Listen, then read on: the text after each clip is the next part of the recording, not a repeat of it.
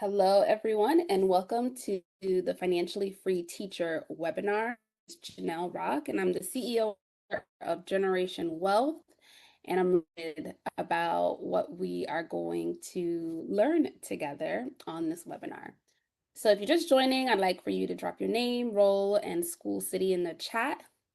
And if you could use an emoji to represent your current relationship with money, which emoji would you use and why? So go ahead and drop your name, role, city in the chat, and tell me a little bit about the emoji that you choose to represent your relationship with money.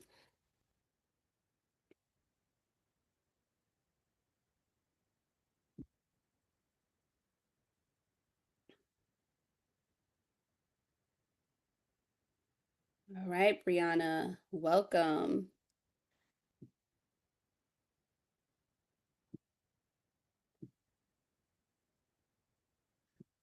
All right, let's see those emojis.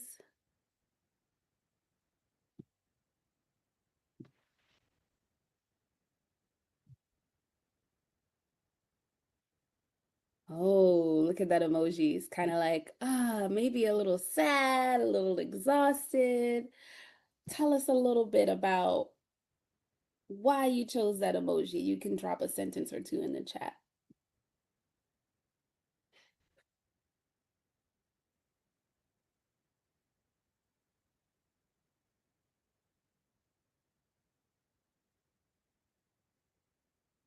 All right. I love that happy face because I get excited when I have some. I know that's right. My little cousin came over today, um, and before she left, one of my family members gave her $5, and then I gave her another five, and she's like, "I'm rich." If only $10 is all it took, right? But we also know the potential every dollar has to grow. Dealing with unexpected costs. Yes. Oh my goodness. The life of an adult. We don't know how good we have it when we're kids, when we have all of these unexpected expenses. I totally understand. Um, so let's jump into it and talk a little bit about, how do we get some more of the money in our lives that make us happy when we have it in our hands? And how do we plan for the unexpected? I want to tell you a little bit about me before we get into the content for today. So, back in 2007, I remember I had graduated from college with $28,000 in student loan debt and over $3,000 in credit card debt. I had studied abroad. My family didn't really have a lot of money. I went to school on a full scholarship. Got the opportunity to study in Italy for a year. And that's about it. Like, I had to work while I was there for anything extra that I wanted. And so I did have a credit card and I ended up maxing that out. And then I had student loans. So my scholarship was for 3 full years and I had to pay for 1 year. So we paid with loans. So, that was pretty much my story. But if we backtrack to high school, when I was in high school, I read a book called Rich Dad, Poor Dad, and it really challenged my understanding about how people make a living. And when I read that, I was like, man, I would really like to be like Robert Kiyosaki's Rich Dad. Now, I didn't have a Rich Dad mentor in my life, but I knew that it was something that I desired. So in 2006, I started investing in real estate. I was 25 years old. I had been teaching for about 2.5 years. I was teaching first grade at my old elementary school in the classroom where I was a first grader many years ago. And even more interesting and ironic is that my first grade teacher, she was actually still teaching there. And she had an office in the back of my classroom. So I did have very good mentors when I was a teacher. All of my old teachers, almost all of them, were still at that school. So I received a lot of feedback, mentorship as a teacher. And I also started investing in real estate, and I didn't have many mentors. So what's interesting was when I got presented with this opportunity, it was a family member of mine who introduced this idea. He says, "Hey," he was actually my cousin's husband. He says, "Have this opportunity. One of my childhood friends. He's been doing, real estate investing, and he's been doing really well. We should go into business with him." So, first rule, anybody ever tells you about any business or anything and it involves another person, you have to treat a business partner the same way you treat a spouse. You've got to make sure you do your due diligence and learn everything about them, because when things go south, you got to know what you're dealing with.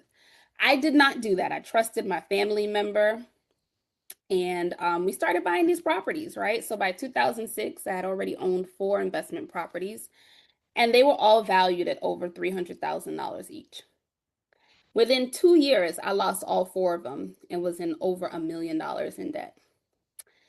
And I remember the friend, we'll call him Marlon, he was nowhere to be found. He disappeared from the scene. I had four properties. My cousin's husband, he had four properties. So together we had eight. And it was a very difficult time. Imagine I'm a teacher earning $40,000 a year. I've got over $1 million in debt. Then I, lose the properties. The banks are calling me. I have no idea how I'm gonna do this. And I remember this was a very difficult time for me because I had also just recently lost my grandmother in 2008. So I remember my mom and I going on a retreat, and one of the speakers at the retreat was a woman who was like a self-made millionaire. And she had herself also, she was in a lot of debt when she was much younger and was able to work her way out of that. So I went and I spoke to her. I told her what I was going through. She says, "Listen," she says, "don't file for bankruptcy. The rest of the country is going through the same thing, and these banks are going to have to answer, these lenders are going to have to answer for why they were giving loans to people who did not have the income to really back this up." So I took her advice. My cousin's husband, he filed for bankruptcy. I didn't. I focused on using the money that I was making as a teacher to pay off my student loan debt and pay off my credit card debt. I didn't pick up the phone when the creditors were calling because I had nothing to tell them. I just focused on what I could. After a while, the call stopped. I finished paying off my student loans and credit card debt. I built up enough courage to check my credit report, and this was in 2012, right? So 4 years later, I built up enough courage. I'm like, let me see if my credit score maybe it's out of the 400. It was real bad. It was really bad. To my surprise, I checked the credit report and my credit score was 712. And all of those properties, they just like fell off of my credit report. To this day, I don't know when it happened within that 4 years, but what I do know is that when we, think about back in 2008, these banks had these loans that were, I mean, all over the country. And the government step in so that we didn't go into a full-on depression.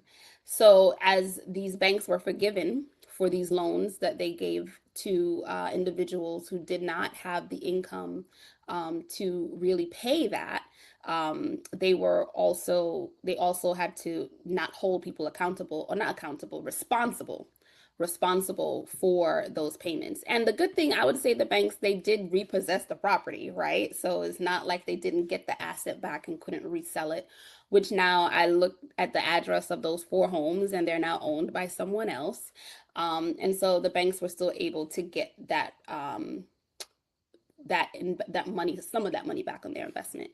But it was a really difficult time for me because while I was going through it, I didn't know how it was going to end. Okay, so I focused on the student loans, I focused on the credit card debt, and I made a plan and I paid off all of that in 4 years, with some help of some federal student loan aid, right? So I was a teacher in a high need area, so we're going to talk about that if some of you are on the call right now and you may have loan debt. We're going to talk about how you can start to reduce and eliminate that. But I share this story with you because I know what it's like to feel like your back is against the wall. You don't know what to do, where to go, where to turn. And debt really does feel like a burden. I remember that heavy feeling that I had every single day because I didn't know where I was going to get this money, how I was going to get it. And, you know, it was a lesson that I learned through experience. I didn't go to school to get an MBA. But that experience really made me wonder. I'm like, gosh, I started doing this because I knew I wanted to be like Robert Kiyosaki's Rich Dad. I knew I wasn't going to get there on a teacher's salary. But I was like, if I had gotten better financial literacy education in school, maybe I would have made better choices, right? And that was really the inspiration for why Generation Wealth got started. Um, and I started, teaching my kids about how to, start businesses, even in the first grade, right? My master's thesis, the very first master's I did was on financial literacy in the elementary classroom. So I share this story with you because I know what it's like to, trying to get by on a teacher's budget. I know what it's like to be dealing with the burden of debt, but I also know what it's like to be on the other side, right? So today, of course, my story is very different. Completely debt free. I never went back into debt after that 2012, and I saw it was all gone. I kept myself out of debt. Here we are now, 13 years later, and continue to really be mindful about what I borrow and make sure there's a very clear plan for how to pay it back. I own and operate 3 successful businesses, and of course, my investments are in various asset classes that include stock, say crypto, gold, life insurance. And I would say my test became my testimony, and I'm really grateful to be able to live my purpose daily by helping people become financially empowered. And, to have your time where you can work wherever you want, whenever you want. For me, that was very important. And I think about, my values and using those values to decide and design the life that I want to live. I'm like, I want to be able to have flexibility in where I work and when. I'm the full-time caretaker for my mom, and she has several disabilities, so I have to be very present for her, and I'm an only child. And so that is also one of the reasons why it's important for me to have that time flexibility. So today, I don't like to say a former teacher because I still believe I'm a teacher. In another sense, I may not be in the same classroom every day, but I am visiting schools and working with students all across all grades, right, from kindergarten all the way to college. So I think I might be able to share some gems, and I want to hear from you too, right? So we're going to learn from each other this evening. So these are the questions that's going to guide our learning today. How does mindset influence how we manage money? How can we eliminate debt so that we can save and invest more for the future? What other financial goals should we be working on while getting out of debt? How do we budget for financial independence? And how can we make our money work hard for us? So let's jump right into it. We're going to watch a video, and then I'm going to just kind of take some of your responses in the chat to these 2 prompts. So describe how toxic thoughts appear in the brain versus healthy thoughts. And what are some things that we can do to change a toxic thought to a healthy thought in our brain? So we're gonna watch a cartoon explainer video that's gonna talk a little bit about what thoughts look like in the brain. And this is actually one of the videos that's part of the middle school and high school curriculum that we have in schools all over New York City. So we're in all 5 boroughs here in New York, and we're in over 100 schools, 10 districts. So as we go through this learning this evening, I'll be pulling some of those pieces because it's so relevant even to us as adults and how we manage and make decisions about money. Welcome to the Financial Independence video series brought to you by Generation Wealth. In this video, we are going to explore what thoughts look like in our brain. Did you know that our thoughts look like trees in our brain? Our brain has the power to change and grow new connections between neurons. This simply means that our brains have the ability to change. Scientists who study the brain named this process neuroplasticity. Neurons are the cells in our brain that communicate with each other to create thoughts, feelings, and actions. When we have healthy thoughts, the neurons in our brain form strong, healthy connections, just like a healthy tree with deep roots and strong branches. Healthy thoughts can make us feel happy, confident, and motivated. They can help us learn new things, make friends, and achieve our goals. But when we have toxic thoughts, the neurons in our brain form weak and unhealthy connections. Just like a toxic tree with shallow roots and weak branches. Toxic thoughts can make us feel sad, anxious, and scared. They can make us doubt ourselves, feel alone, and even give up on our dreams. The good news is that we can change our thoughts and grow healthy connections in our brain. We can replace toxic thoughts with healthy thoughts. We can do this by practicing mindfulness, meditation, positive self-talk, and healthy habits. When we grow healthy trees in our brain, we can improve our mental health, boost our confidence, and achieve our full potential. So remember, your thoughts can look like healthy or toxic trees in your brain, and you have the power to choose which ones to grow.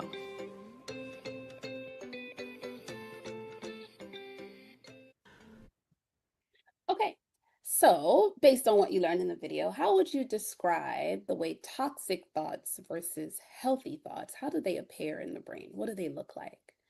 And then what are some things we can do to change a toxic thought to a healthy thought? And you can go ahead and drop your responses in the chat.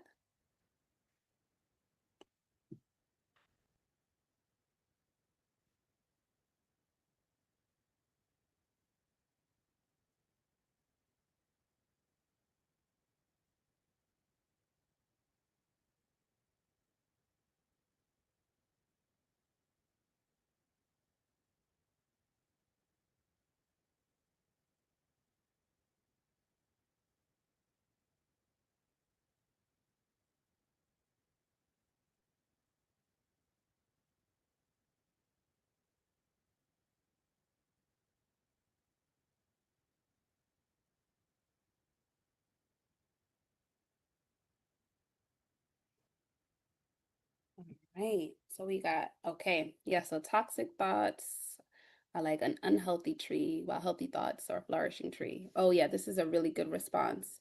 And we can change toxic thoughts to healthy thoughts by practicing mindfulness, right? And positive self-talk. We oftentimes refer to those as affirmations. Yes, thank you so much for sharing. So this is actually scientific.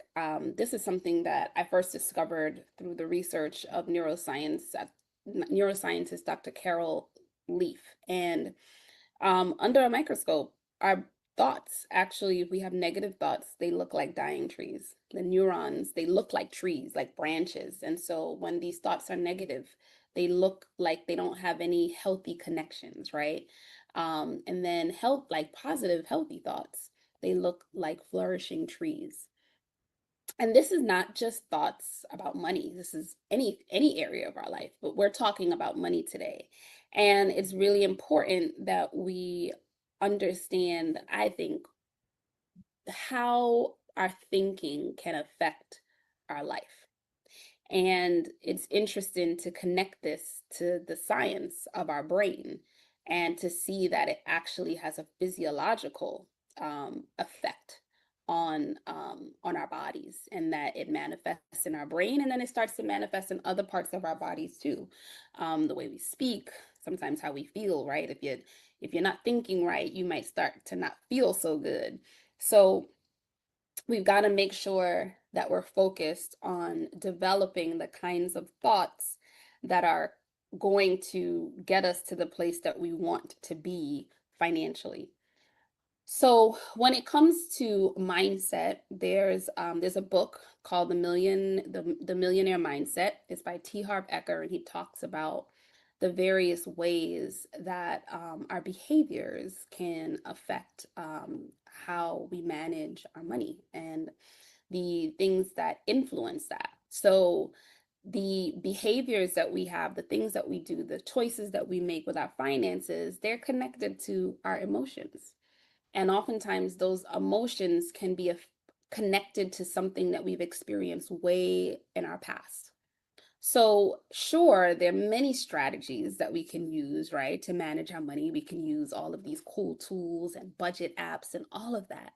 But if we don't have a clear understanding of why we make the choices that we make and understand how we're going to course correct, doesn't matter what the tool is, you'll use it for a little while and then you'll stop. And so everything that I'm talking to you about today, I had to do this work. So I remember, when I was thinking about, well, what kind of behaviors, do I have with money? And I used to have money and I would spend it on clothes, right? I'll spend my money on clothes, I pay my bills, and then I'll spend the rest. Um, I didn't really save very much, and I didn't really do the work to think about where these behaviors came from until I read this book and I started to ask myself these really deep questions. And so, the three areas that can experience how you manage your finances and in a negative way is verbal programming, modeling, and specific incidents. So, I remember I grew up with my mom and my grandma. And I remember my grandma, she used to always complain about the lights being on because it would be, the light bill would be going up. This was a while ago when phones still had cords and you had to pay for the phone by the minute. And so I would be on the phone talking to my friends, and then she would come out her room and see me, and she would be so angry because that would be um, heavy. It'd be a lot for her to manage. She had to pay the rent, she paid the phone bill, the light bill. So, you know, very early I got this belief that money is something where you never have enough. There's never enough to take care of the things you need to take care of. Now, my mom, on the other hand, my mom, when she had money, she would go shopping, right? So we would go shopping, we would go out, we would eat. She would maybe see something she really likes, put it on layaway, and then we'll come and get it like a week later. And so I was like, oh, I guess, well, whatever is left over, you need to have fun, like, go shopping. So for me, money was for paying bills, and whatever's left over, you go shopping and have a good time. And that's exactly what I was doing, right? I was doing that, and I didn't realize it until I connected it to experiences that I had as a child. So I wanted to share that with you to model and just kind of help you start to think about, well, what did I notice when I was like younger? What did I hear, right? What did I see my family doing? What did I experience that maybe influences the way I behave with money now? So I just want you to sit with that. A really good book that you can reference to learn more about how to navigate this process is one, The Psychology of Money. It's a really good book, and The Millionaire Mindset by T. Harv Becker. So that's just about mindset. These are some things that you can do to start to really build on and develop the way we think about money. What we see in our mind is real. Thoughts are things. A mentor of mine, he says that to me all the time. Thoughts are things. And if you think about it, they really are. If you look at, any object, right, that might be near you, look at your cell phone. Your cell phone was a thought in someone's mind. I have an iPhone, so maybe not this version of the iPhone, but just think about, the very first iPhone that came out. That was a thought in Steve Jobs' mind. And then he was able to assemble the people and the materials in order to take this thought and to now bring it into this physical space where we can hold it and touch it and see it. So anything that you can see and perceive with your eyes, you also realize that that is something that started as a thought first. And so thoughts are very powerful. Thoughts are things, and we need to make sure that we're mindful about what we're thinking because it influences how we behave, okay? And the choices that we make with money. So reading books, if you don't have time, reading books could be time consuming. Um, Maybe if you commute and you drive back and forth, right? Or even if you take the train, you take public transportation, listening to books, listening to podcasts, listening to YouTube shows. Of course, you want to make sure that you're getting your information from good sources on how to improve your financial situation. This is going to help to change the way you think about money. Positive money declarations, creating a vision board of where you see yourself financially 5 years, 10 years from now, and keeping that in front of you as a reminder of where you're headed. Okay. And these are some small things, but let me tell you, like, there's nothing that I'm telling you tonight that I have not done on my own. I still have my vision board that I made actually 12 years ago, and almost everything on that vision board I've accomplished. Including, Generation Wealth was not a business 12 years ago, and now it is. But I have a picture of a child on the vision board, and it says, raise the next kidpreneur, right? So I was thinking about, how to help kids understand how to use money to start their own business or to become financially free. But it didn't exist in the natural 12 years ago, but now it does. So you think about what are the things that you can do to start moving in that direction. Scientifically, it's been proven that it takes not 21 days, but 66 days to tear down a toxic thought and replace it with a healthy thought. And how do you do that? You tear down toxic thoughts and build healthy thoughts by doing these things: reading books, listening to teachings, saying positive money declarations, creating a vision board, keeping the vision in front of you every day for 66 days. And physiologically, you are changing your brain. You're replacing a toxic thought with a healthy thought that looks like this flourishing tree. Okay, so now we're going to move on to debt. And I want you to think about, what's the largest debt that you need to pay off right now? What's something that you owe? I remember for me, the largest debt for me was that $1.3 million, and I had no idea where I was getting that money from. Debt can be a burden. I remember what I felt like waking up in the morning. Um, and it was a really rough time. So I know the feeling um, of having a lot of debt and maybe not really knowing when you'll ever be able to pay it off, right? So if there's a debt that you're dealing with right now, you want to drop it in the chat. Is it student loans? Is it credit cards? Is it a consolidation loan? What is it? Let's put it out here. For me, it was the real estate debt: mortgage, credit cards, and student loans. All right, we got them in the chat. Well, we're going to talk about it, okay? It's great that you're here because we're going to talk about how we can reduce and eliminate the debt, okay? So, let's look at the three most common strategies for debt elimination. So, we have do it yourself, a consolidation loan, and debt negotiation. I have done 1 and 3, do it yourself and debt negotiation. When you do it yourself, you pretty much, you take a look at your debt story and you figure out how you're going to approach this. For me, I remember reading a book that really gave me the strategy to do it myself, and I was actually able to do it and stay out of debt. A consolidation loan is when a bank pays the total amount of your debt, and then you repay the consolidation loan back to the bank with interest. And then debt negotiation is when a debt specialist speaks with the creditors to get the debt that you owe reduced by a fraction of its cost. I did debt negotiation very early in my 20s, and it was I didn't know better, right? So, it was a really bad, it was bad for my credit report.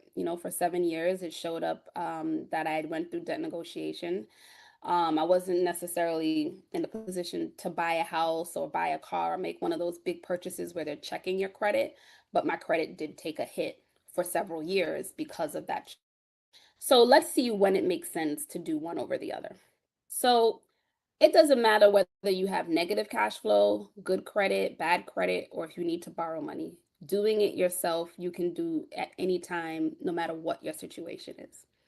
When it comes to a consolidation loan, in order for you to qualify for a consolidation loan, you have to have at least average credit, okay?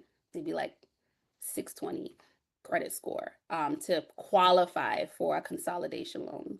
Um, the good thing about a consolidation loan is if you know you're going to need to borrow money within 7 years, maybe for a home, for a car, um, for any big purchase, then you will still be able to do that as long as you make the payments on the loan on time. When you go through negotiation, debt negotiation is really for those who have bad credit and they have negative cash flow.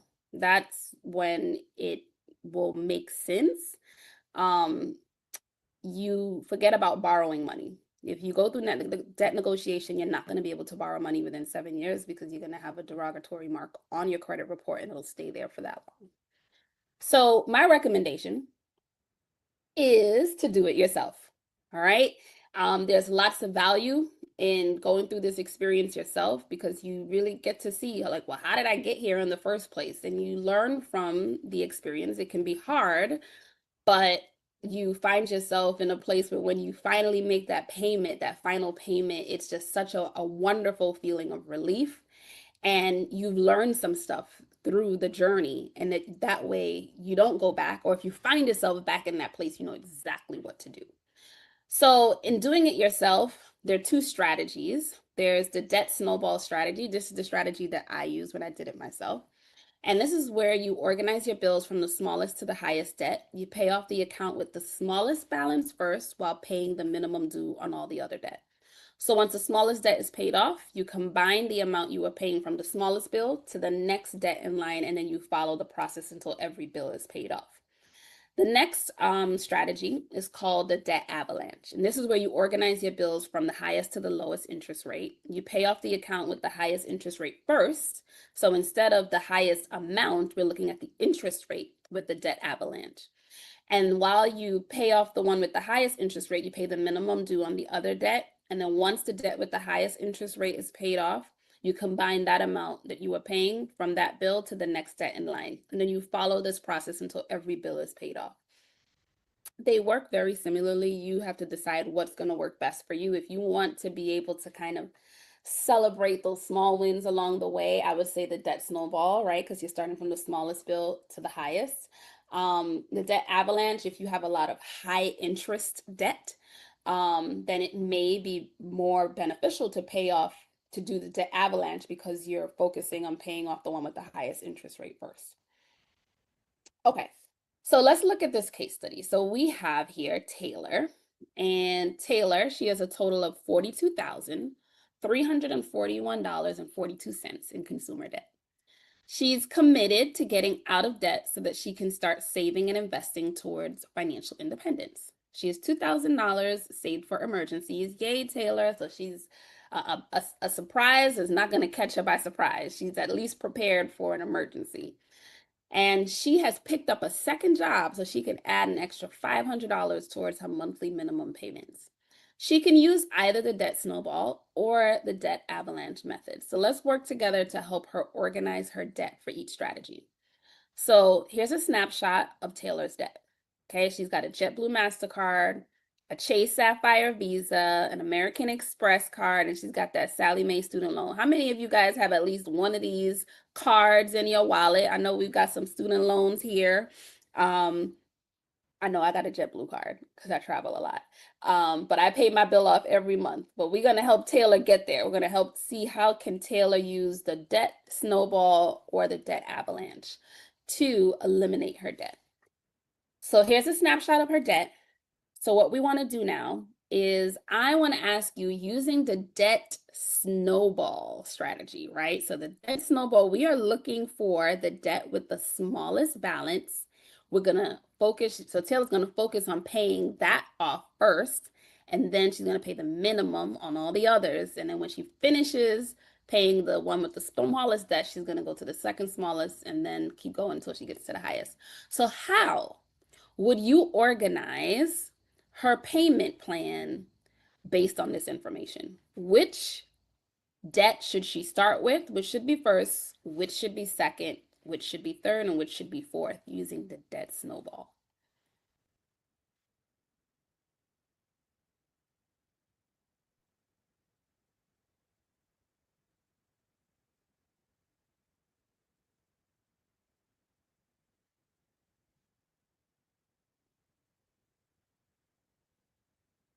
Right, let's see how we're going to organize Taylor's debt using the debt snowball strategy.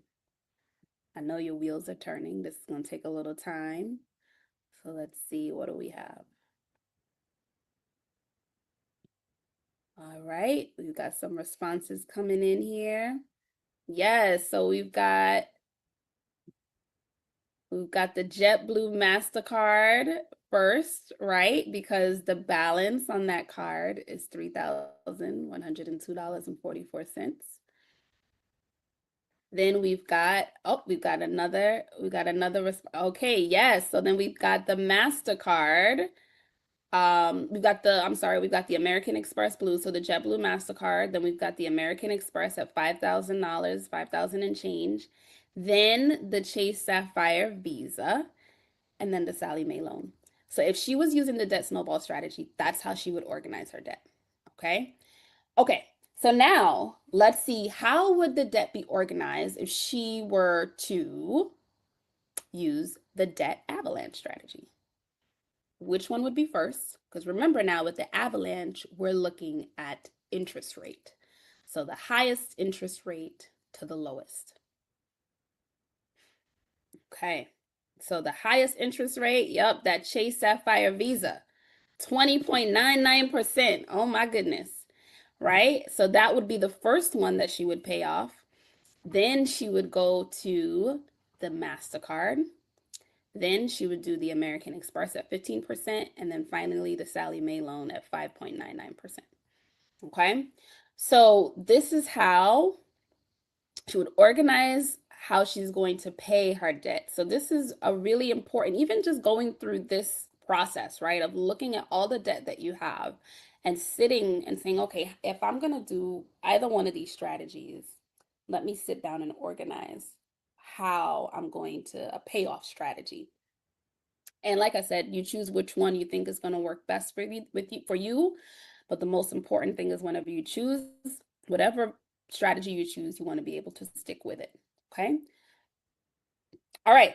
Now, for those of us who's got student loans, there are some things you can do if you have really the options are minimal if you have private loans.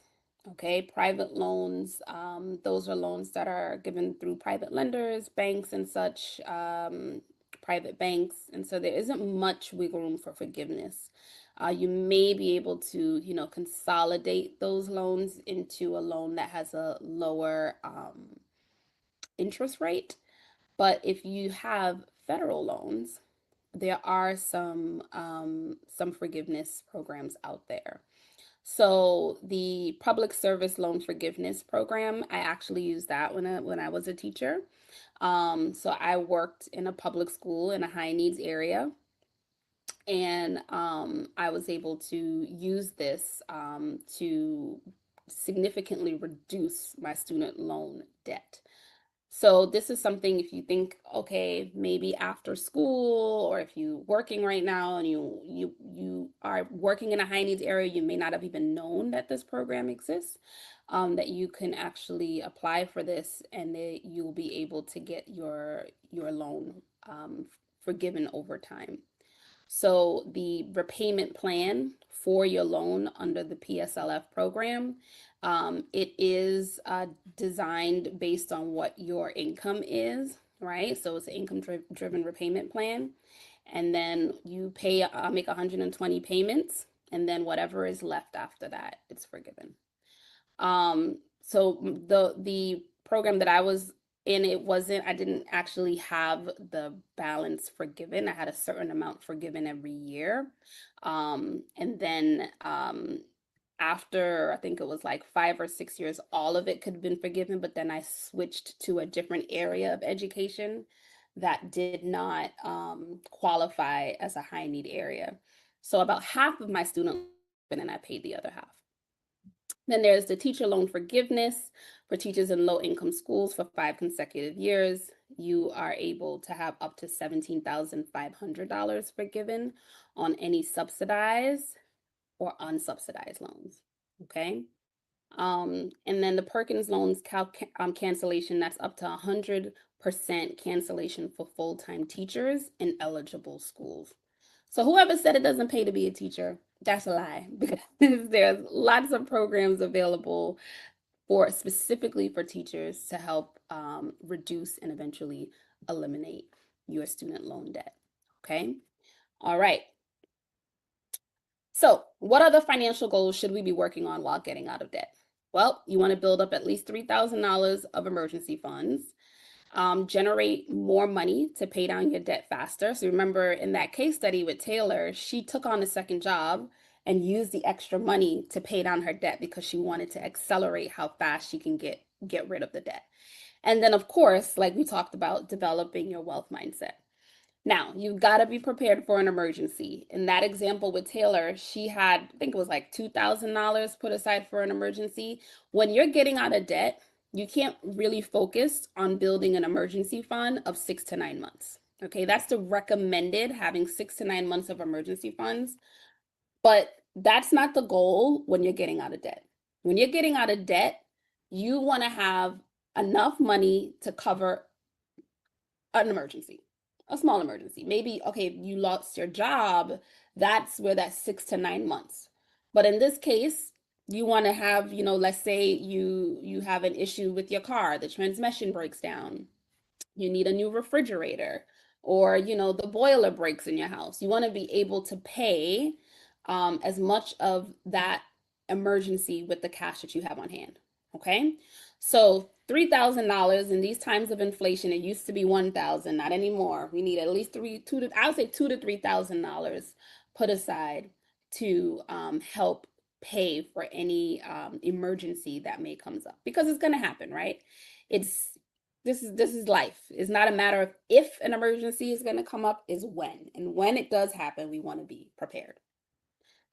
Then the next thing, you want to generate more money to pay down debt faster and accelerate funding your investments. So create and sell an online course. You can sell themed student activities. You can create a subscription-based online community. Becoming a licensed notary, selling goods online, participating in the shared economy like Uber, Lyft, Grubhub. These are some ideas of how you can generate more money. If you wanted to take on a second job, you could do that. Remember, you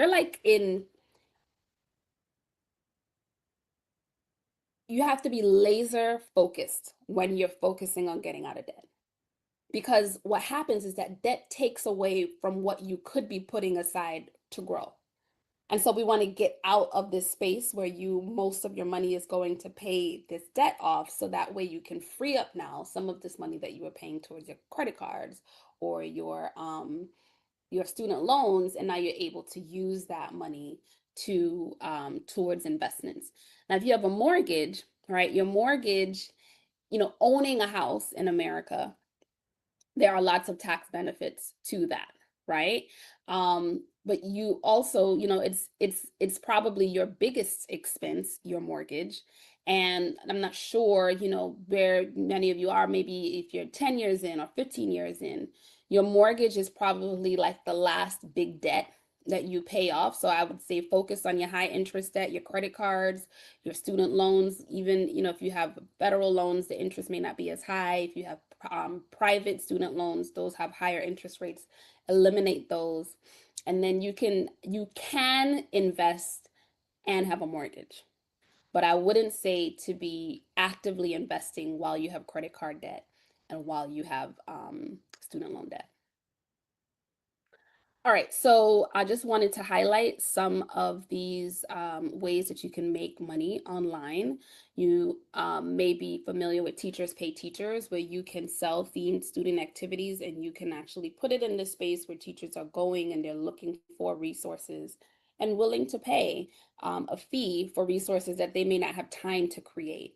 So this is a great space for you to look at to see, hey, maybe, I have this activity I've been using in my classroom for like 5 years. Let me see if I, put it on here, and it could be a resource to help another teacher who may not have time to create those kinds of resources.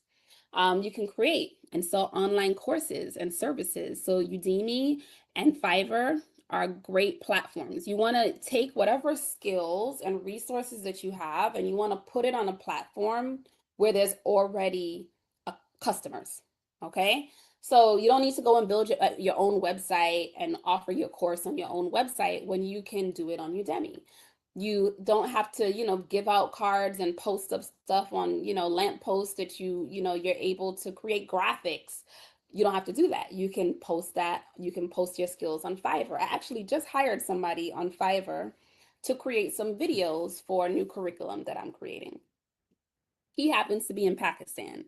He's done some work for me before. He did really great work, and so I've hired him again. I would have never been able to find him if it wasn't for this platform.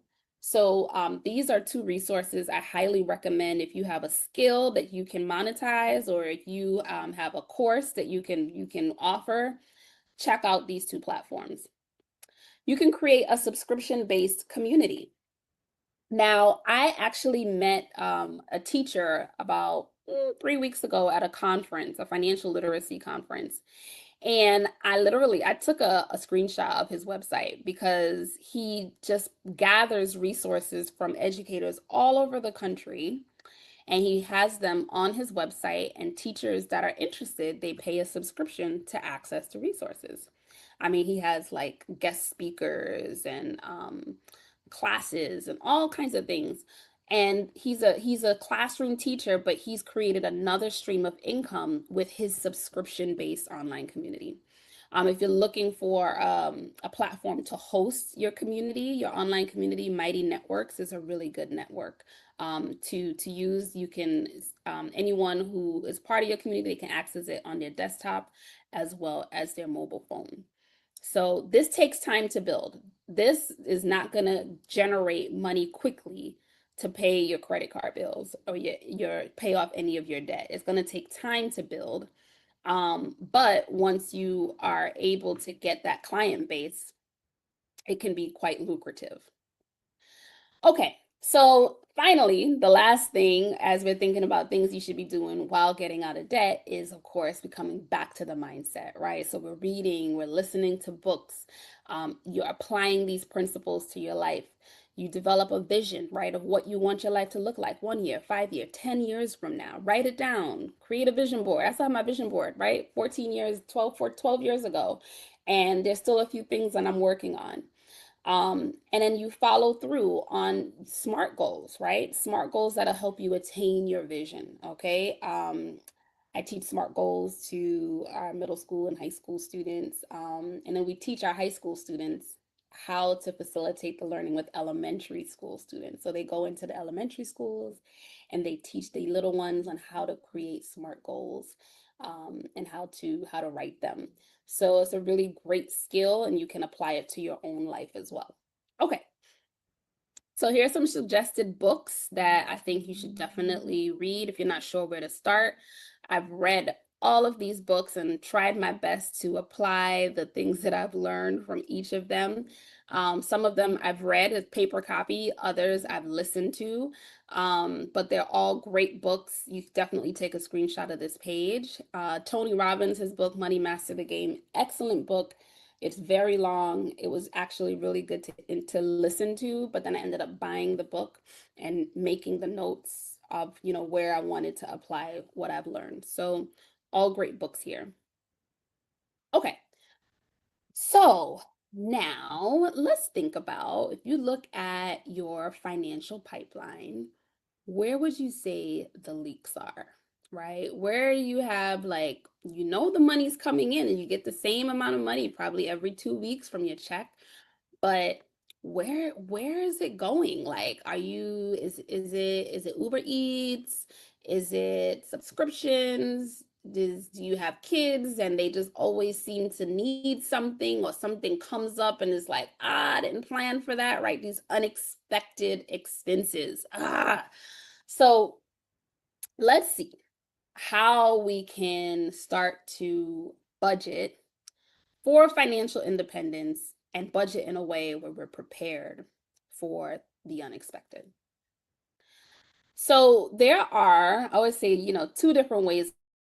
You have your normal traditional budget, right? Where you are looking at how much money you're making, you're setting aside money for your expenses, um, and for the things that you need. Maybe you save a little bit, um, but you do the same thing every month, right? You follow the same budget every month.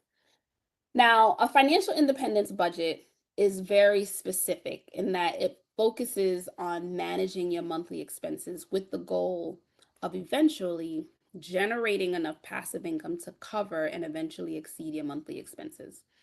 Okay, so if you decided, hey, you know what, maybe I don't want to teach full time, I want to teach part time, or maybe I love teaching, but once I retire, I don't just want to be dependent on my 401k or my 403b, right? Or my pension.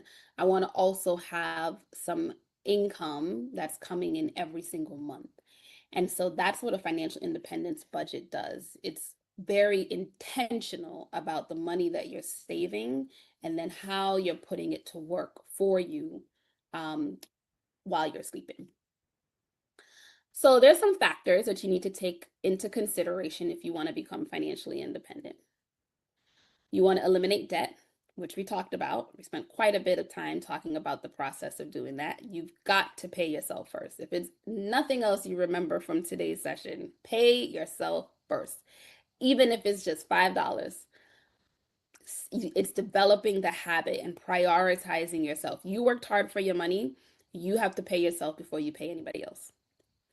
Now remember, if you're eliminating debt, now we can start looking at building up a more sizable emergency fund to cover expenses. God forbid you lose your job for whatever reason. You have 6 to 9 months of living expenses saved up so that it can cover any emergency that arises.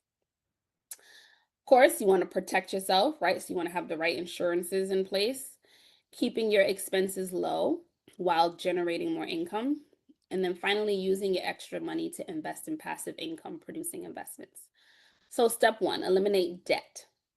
This is really important. I mean, we're not going to spend too much time on the debt elimination because we spent quite a bit of time just talking about it, but I wanted to make sure I mentioned it because it's very important before, when you're budgeting, that before you can really execute a financial independence budget, you've got to, the first step of a financial independence budget is eliminating debt.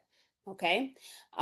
Then pay yourself first, right? So we're going to just watch a quick video on what it means and why it's important. Welcome to the Financial Independence video series brought to you by Generation Wealth. The most important principle of saving is that you always PYF, which is an acronym for Pay Yourself First. Once you have saved enough money in your emergency fund, you should use your PYF savings to invest in passive income producing assets like index funds, real estate stocks, and e-businesses, just to name a few. When you do this, you put your savings to work for you so that you can make money even while you are sleeping. If you are consistent with this habit, your investments can grow to an amount where you'll make enough money with passive income that can pay your monthly living expenses. This is the first level of financial independence, and investing your PYF savings is one of the quickest ways to achieve this goal. Okay, so PYF, we probably gathered from the video, right? That PYF means to pay yourself first. And it's important because we want to make sure that we're prioritizing ourselves because we're the ones that's out there working for the money before we are paying all of our other that debts that we owe, your monthly expenses. And like I said, it doesn't have to be a whole lot of money at first. You just want to develop the habit, okay? Um moving along here a little faster through some slides than others, just because I want to make sure that I am honoring your time and that we are able to end at the time that I stated. So step 3, building up a 6 emergency fund. If you're not prepared for emergencies that will happen, then you're not ready to live a financially independent life, because one emergency can turn your life completely upside down. So now we're moving the $3,000 to cover a surprise to 6 to 9 months, so that anything that happens, you can sustain yourself for several months before, if you need to find another job, or another consistent source of income. Okay. This is going to be very important. This is a very important building block or foundation to becoming truly financially independent. Then protecting yourself. Okay, so want to make sure you've got your health insurance, disability insurance, life insurance. If you're a home, you got to have homeowners insurance. As a renter, renter's insurance. Renter's insurance is extremely inexpensive, but it's so important. A neighbor of mine a few years ago had a fire in her apartment, and she lost a lot, but she didn't have renter's insurance. But the person who lived under her, that ended up having the water damage from the fire department that came in with the hose, she did have renter's insurance, and so she was able to get much of her stuff replaced, at least in terms of getting the money to replace those things, because she had a renter's insurance policy.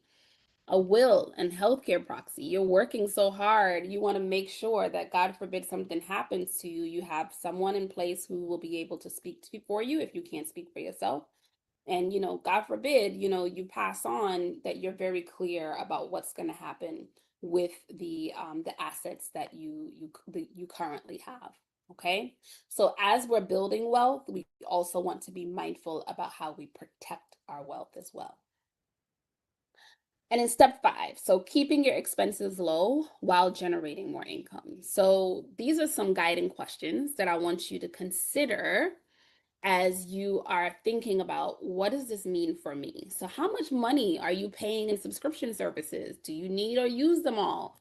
Um, I don't know how much TV you watch. I don't know how many apps you use that have a subscription, but they add up, right? 3.99 here, 2.99 here, 5.99 there. And before you know it, you're paying $50 a month in subscriptions. You multiply that by 12. That's a lot of money, right? That's $300 a year. So I want you to really do an audit of your bills, and where are you paying for subscriptions that you don't need? Eliminate them, right? If you feel like you need them, maybe you might be able to negotiate a lower rate. How many of you have ever gone to cancel a subscription and then they're like, well, why are you canceling? If you say it's too much, then all of a sudden they're able to offer you the same subscription for half the price.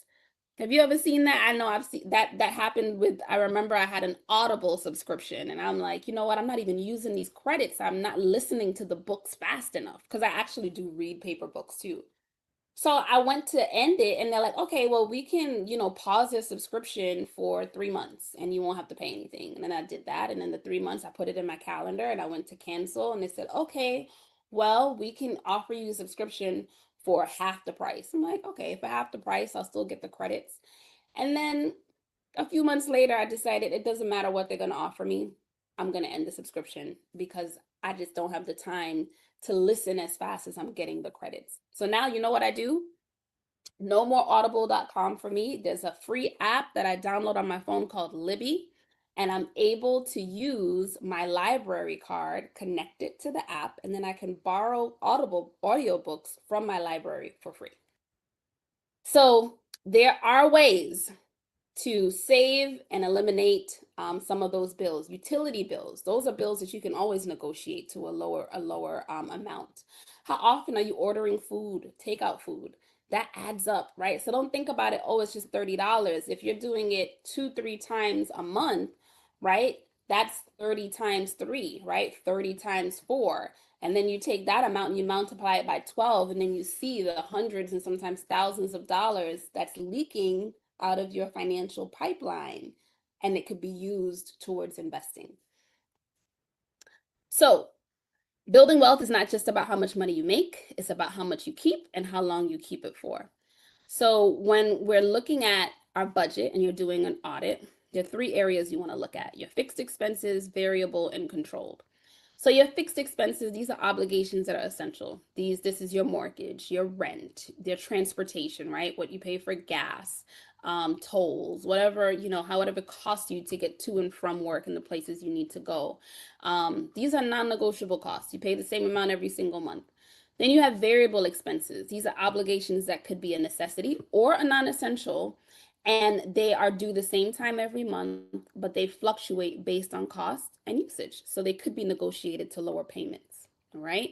So think about your utility bills, your subscriptions, even some insurances, right? Your car insurance can be negotiated to a lower amount depending on what kind of coverage you want. Controlled expenses. So these are also expenses that could be a necessity or a non-essential, and you have full control over how much or how little you spend on these expenses. So clothes, hair care, nail care, entertainment, even food is a controlled expense. You can definitely pull back maybe on some of the brands. Maybe there's some store brands that you can sub. I have a friend, when you go to his house and his cupboard, everything in his cupboard is great value. He doesn't buy any name brand anything. He goes to Walmart and he gets the Walmart version. Everything. And his daughters always make fun of him. They're like, "Oh my gosh, dad, everything in your cupboard is great value." But you know what? He's keeping his money in his pocket and he's putting it into investing and saving because he's about to retire in 3 years. And so he knows that it's important for him to save money where he can. He still eats well, he's not starving, but he doesn't need to have Breyer's ice cream. Great value vanilla ice cream is just good for him. So when you are looking for areas where you're overspending in your budget, you want to look at your controlled expenses first, right? So are you doing your nails, once a week? Can you do it once a month? Can you maybe do your own nails? Are there ways that you can cut back on how much you're spending on food? Is there a cheaper grocery store you can go to? The second look would be your variable expenses. It's going to take a little more work. You might have to call your utility company and ask them, like, hey, I've been a customer with you guys for 15 years.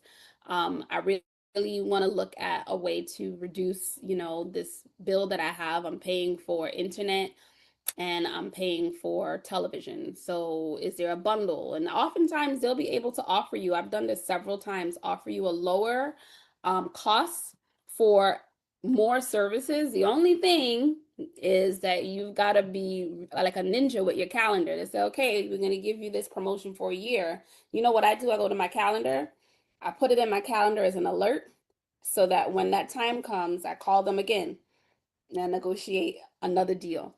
All right. It's harder for you to find any extra money in your fixed expenses unless you're like looking to sell your house and downsize to, a smaller living quarters, or if you're moving from, a 3 bedroom apartment to a 2 bedroom, or moving to a different city or a different state where the cost of living may be less. So those are big changes, lifestyle changes. And so fixed expenses, there aren't enough, there's not a lot of wiggle room, but that doesn't mean that it can't be reduced. But just wanted you to think about where you should look first as you're thinking about how you might be overspending in your budget. All right.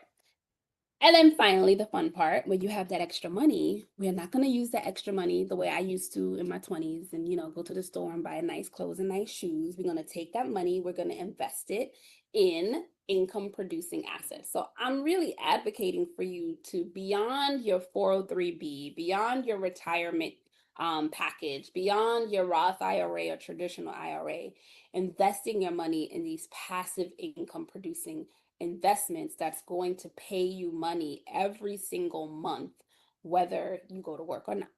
Okay. I'm not advocating that you don't get up and go take care of our babies because they need you. But we also want to make sure that we are smart and savvy with the money that we work so hard for. Okay. So Just a recap, the 6 steps. You want to eliminate debt, pay yourself first, build up a 6 to 9 month emergency fund, protect yourself, keep your expenses low and generate more income, and then finally use that extra money to invest in passive income producing investments. Okay, so now let's talk a bit about how you can make our money work hard for us.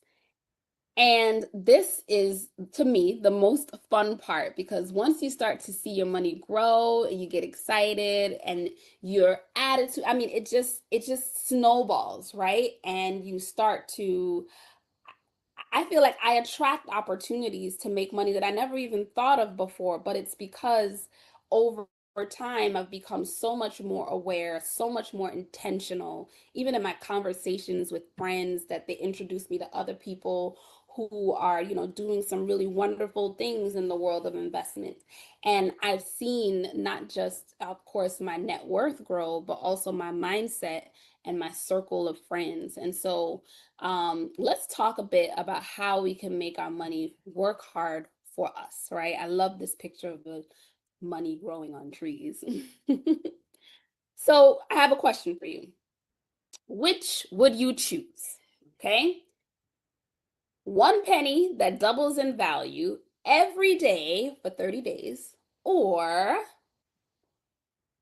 so we got that penny, that shiny penny, or $1 million in cold hard cash. Which would you choose? Don't tell me why. I just want you to drop your choice in the chat. Which would you choose? The penny or the $1 million?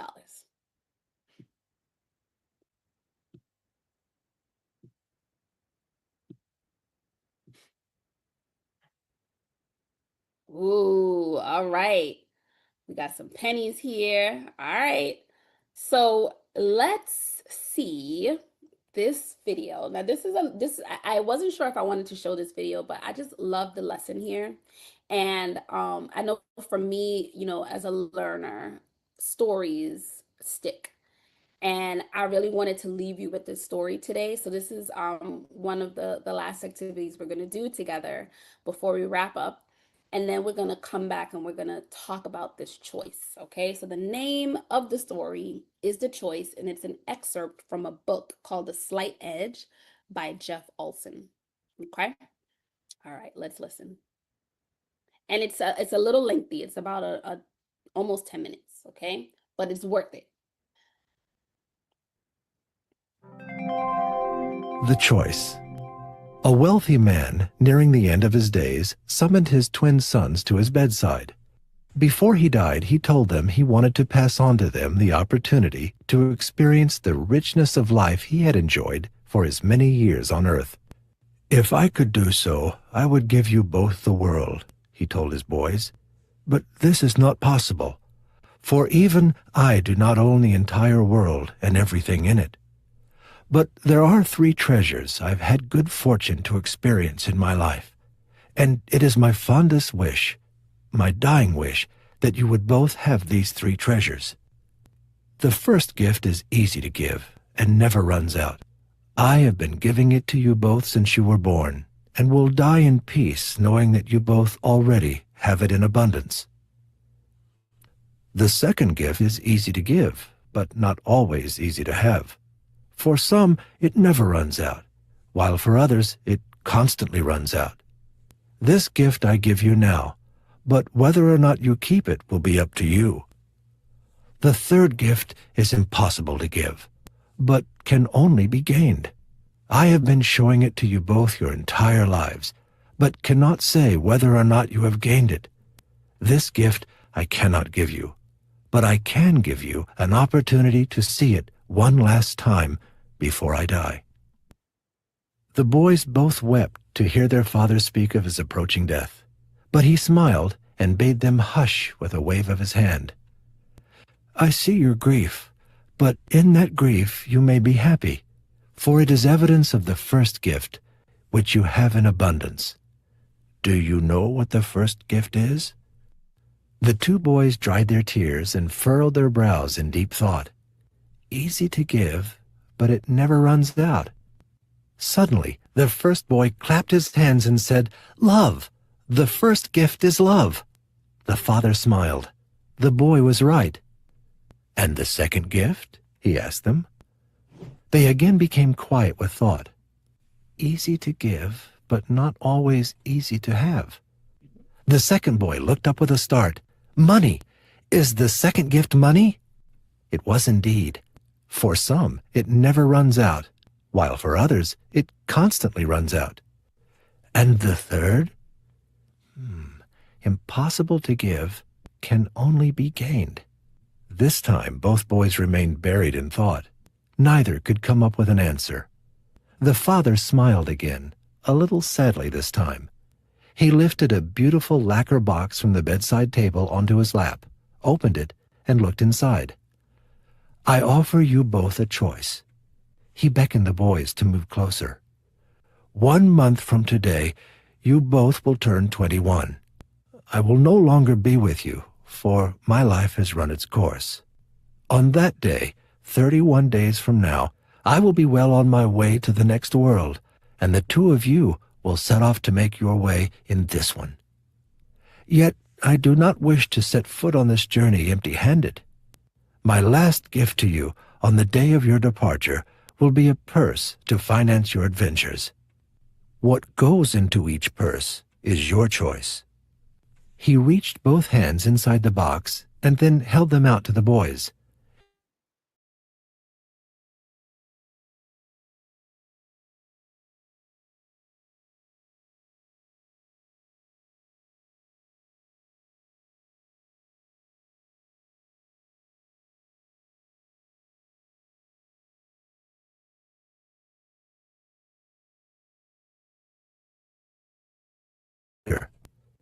If you take the penny, you may also take it with you or leave it in your purse.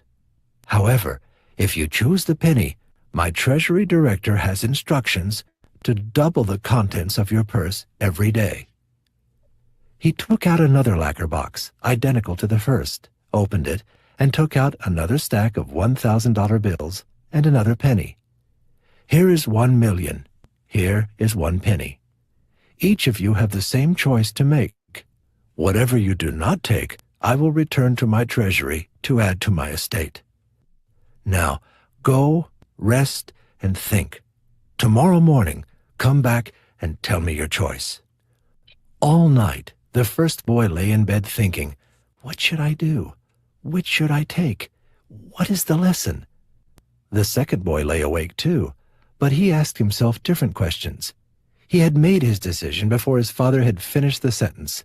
Now he was making careful plans for what to do for the next 31 days. When morning came, the second boy sprang into action. After securing the million in cash from his father, he hired a sharp consultant and a manager to help him execute his carefully wrought plan. They rented out a hotel suite in which they conducted exhaustive back-to-back interviews for the next 6 days. By week's end, they had hired a staff of the finest financial advisors in the land. The boys' new crackerjack money man team spent the second week in intensive round-the-clock brainstorming sessions, drafting proposal after proposal, seeking the smartest, most cost-effective investment and leveraging strategies, both long-term and short-term, to help the wealthy man's son turn his million into a genuine fortune. By week 3, the best plans had been selected, winnowed, examined, combed, explored, game-theoried, road-tested, computer-simulated, and dissected. With all their I's dotted and their T's crossed, the boys' advisors were locked and loaded and ready to rumble. Off they went into the battlefields of commerce and speculation. The boy spent the next few days keeping in close contact with his far-flung financial team by telephone. But by midweek, it seemed clear that things were well in hand and he was not needed. He decided to pay a visit to his brother, whom he had not seen since breakfast on the morning after that long and sleepless night. When he arrived at their home, he was shocked to hear his brother's account of the past few weeks. After that excited breakfast, the first boy had also paid a visit to his father. But without explaining why, he announced that he had made the second choice. He had taken the penny, left it in the purse, then returned to his room and began reading from one of his favorite books. The second day, he visited again and was allowed to peek into the purse. The shiny new penny had been joined by a companion. On the third day, he found 4 pennies. On the fourth, there were 8. And on the fifth, 16. Then 32. By the end of the week, just as his brother's ace financial team was assembling in the beautiful hotel suite for the first time, he had amassed a nest egg of 64 cents. By the end of week 2, with nearly half the month gone, his piles of pennies had swelled to just shy of $90. $81.92 to be exact. Now, a few days into the third week, the purse's contents had grown a bit more. He now had a sum of $655.36, he proudly pointed out, easily enough to sustain him on the road for a full week. "But you poor sap," his brother cried on hearing his story. "I can't believe you went for the penny. It's not too late. Visit our father. See if he will relent and give you your own million. Or if he insists in prorating the amount, then even just half the million. It's better than scrabbling by on a few paltry hundred. And if he refuses, you've got me to help. I can't stand the idea of you venturing out into the world with scarcely enough to feed yourself for a week." But the brother seemed unperturbed and wouldn't hear of it. Toward the end of week 4, the second boy's top advisors brought him some worrisome news. The markets, it seemed, had gone a bit soft, taken a bit of a tumble, actually. The team had acted quickly and salvaged what they could, but their earlier rosy projections would most certainly need to be revised downward. The boy thanked them for their vigilance and waited, fretting and anxious. At the close of the week, the team brought mixed news. Some investments had performed quite well, others had suffered. All in all, the boy had made a modest gain. Starting with his $1 million in cash, his team had succeeded in parlaying that into nearly $1.5 million. Unfortunately, his expenses, including their commissions, tax, bills for the hotel suite, broker fees, and the rest, came to just over $500,000. The boy had ended the month with just a bit less than he started. In a panic, he rushed to see his brother, to see how he had fared with his $655.36, only to receive yet another shock. On day 28, his brother's purse of pennies had passed the $1 million mark. On day 29, the $2.5 million mark. Yesterday, on day 30, it doubled to more than $5 million. The boy who chose the penny had discovered the extraordinary power that some have called the eighth wonder of the world, the remarkable creative force of compound interest.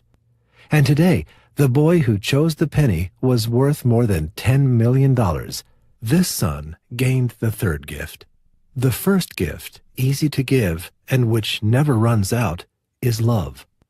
The second gift, easy to give but not always easy to have, which never runs out for some and is always running out for others, is money. The third gift, which cannot be given but can only be gained, is wisdom.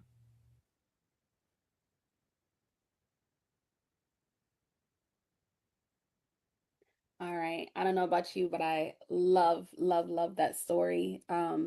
It's a reminder of the magic of patience, right? And waiting, and wisdom. You know, wisdom is the key to lasting wealth. And it's the ability, we look at the definition, to think and act on the knowledge, experience, and um, insight that we have. So it's one thing to have the knowledge, but when you act on it, that's true wisdom. And if you all, those of you who chose the penny, you definitely made the wise choice. Although that brother had to wait 30 days, I'd say 30 days is nothing if it meant that at the end you'd have over $10 million, right?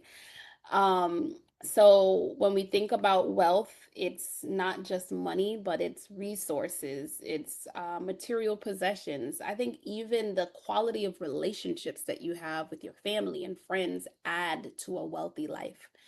And you got to think about how you can move wisely in these areas with the assets and the things that you hold that are of value to you, right? So how do you steward your relationships with your family, with your friends, with your coworkers, and keep them intact? How do you manage the things that you value, right? Whether it's your home, your money, your investments. I always, there's a saying that I use with my friends, and they always say, "Oh, here you go again. How you do anything is how you do everything." And so, even if it's the smallest act, if you do it with pride, you do it with care, you do it with thought, you do it with love.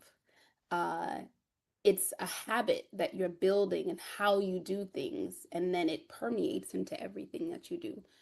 So just I just wanted to really talk a bit about that before we go into our last piece and wrap up for today. So, I want to just bring to your attention. I've talked a lot today about investing in income producing assets beyond your retirement savings. And the strategy that I use is one that's called income investing. And I invest in assets that I know are going to provide me with an income for years to come. So it's a strategy focused on building a steady stream of cash flow from investments rather than relying only on growth in value. So income investments include dividend paying stocks, real estate investment trusts, actual traditional real estate, bonds, high interest savings, and CDs. That's the most conservative. I usually put my money there when I'm saving it for a bigger investment, usually real estate. If you're not familiar with real estate investment trusts, it's a low cost way to enter into real estate investing without having to be a landlord, dealing with, property managers or anything like that. You can actually invest in commercial properties like hospitals, data storage centers, hotels, billboards, through stocks on the stock exchange that are known as REITs, real estate investment trusts. And these are companies that hold these commercial types of properties, and they pay out 95% of their income to their shareholders every single month. So you can invest in real estate for as little as $50 in the stock market, and you are able to, every real estate investment trust, they pay dividends because the whole point is to be able to collect a monthly income from your holdings. So real estate, of course, that's one of the oldest ways to collect passive income. Bonds, a lot more conservative, but you do have bonds, you hold them for a while and then you're able to collect money from that. And then high yield savings accounts and CDs. So we do a lot of work with teachers and with families and also with students on step by step on how to actually start investing in these various types of assets. But the very first thing you got to do, you got to open a brokerage account. So if that's the one thing you do today, you go ahead, you open a brokerage account. It doesn't matter who. These are some very well-known brokerage firms: E-Trade, Charles Schwab, Fidelity. You make a list of the products that you enjoy using in your daily life that you'd be interested to invest in, right? Do you drink Coca-Cola? Do you stop by McDonald's for coffee in the morning or Starbucks? What kind of technology do you use? Do you have an iPhone or do you have an Android? Make a list of those products. And that will be where you start, because most of these products we use every day, they're actually Fortune 500 companies. These are companies that are, in the S&P 500. And so that's where you start your research, but that's not where it ends. And then you start to use the stock app on your phone to do a watch list. Now, if you want to learn more about this process, we actually teach this to our kids through our curriculum, which I'm going to talk to you about a little bit. If you met me at a conference, most likely I gave you one of the student handbooks. And so we teach kids all like 8 steps to start investing in the stock market. And so we outline that for them, and they go on, they open their brokerage accounts, they're researching stocks, they're buying stocks, holding them, investing in them for the long term. So if you liked today's session and you're thinking, oh my gosh, I love this, I would love to have a session like this at my school, and we come out and we do work with teachers. So we do professional development for teachers. I call this kind of like the cross between professional and personal development, right? So it'll happen during your professional time, but it helps you develop as a person so that you can be a more effective teacher. Imagine not having to worry about finances, understanding how to manage finances better. And so we do these kinds of sessions, workshops with teachers at schools, and we also do it on district level as well. So the professional learning experience for teachers, some of the things you walk away with is strategies on how to develop your mindset, how to turn your intellect into income through side gigs, how to research stocks. So today I just shared like the tip of the iceberg, right? But we're going to actually get into it. So I'm going to show you, how do you research these stocks? How do you find these real estate investment trusts to start generating reliable passive income streams? And then you get lots of resources and tools to support your debt elimination and wealth building journey.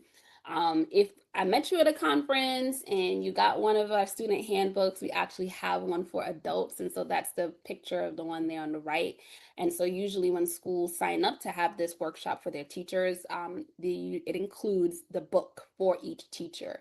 And so it has everything that's in the student handbook and some. So if this is a series that you're like, I want you to come to my school, definitely tell your principal, your administrator, your superintendent about today's session, and they can share my information, and they can set up a call so that we can figure out how we can bring all of this financial literacy goodness to your school for the teachers. I Teachers changed my life. I love them. I do this session once a month as a way to pay it forward for teachers, because you all shape our future. You're always working with our babies and helping them become better people, because they're the ones that's going to be taking care of me when I'm an old woman. And so I value and love teachers, and it's really an honor for me to do this session once a month for you all. But if you love what you heard and what you learned today, please share it with your school so that we can come in and we can do this on a larger scale. We also have a curriculum for students. We have a middle school and a high school curriculum. And that curriculum is digital, it's accessible all the time. And then we have, of course, our student handbooks that go with that. It's being used right now in New York City in over 100 schools across all 5 boroughs.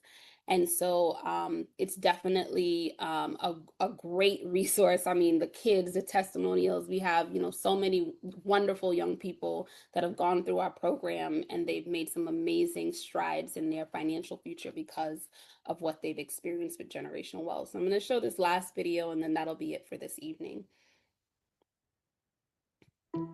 At Generation Wealth, we believe in empowering the leaders of tomorrow by providing essential financial education right where it matters the most.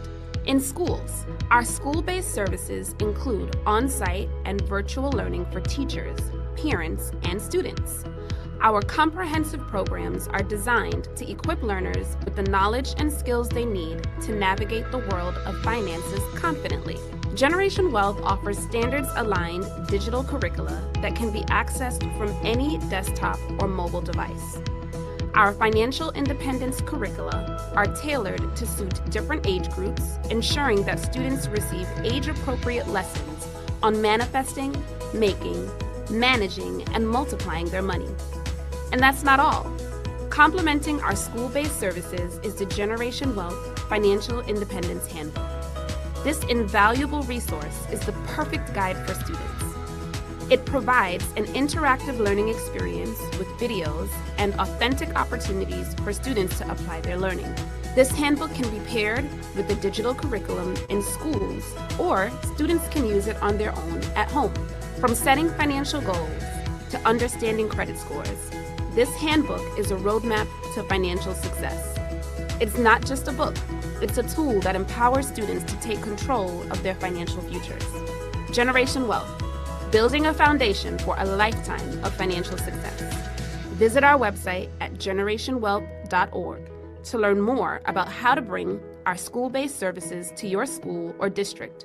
Because when it comes to financial education, we're not just teaching, we're transforming lives.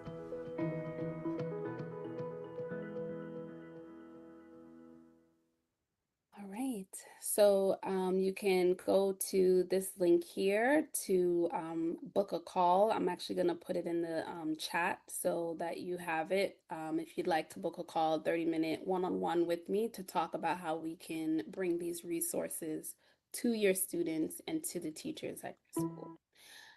This is some of my information where we can stay connected. I'm on Instagram, generation.wealth. You can also follow my personal page, JRock's World, and then I'm also on LinkedIn. So what I'm gonna do now, I'm just gonna, that link to book a call, I'm just gonna drop it in the chat. So if you're interested in booking a call to talk more about what this could look like at your school, I want to make sure that you can do that. And that's it for this evening. I want to thank all of you for joining this evening. I hope that you had a wonderful learning experience and you walked away with something today that you did not know before.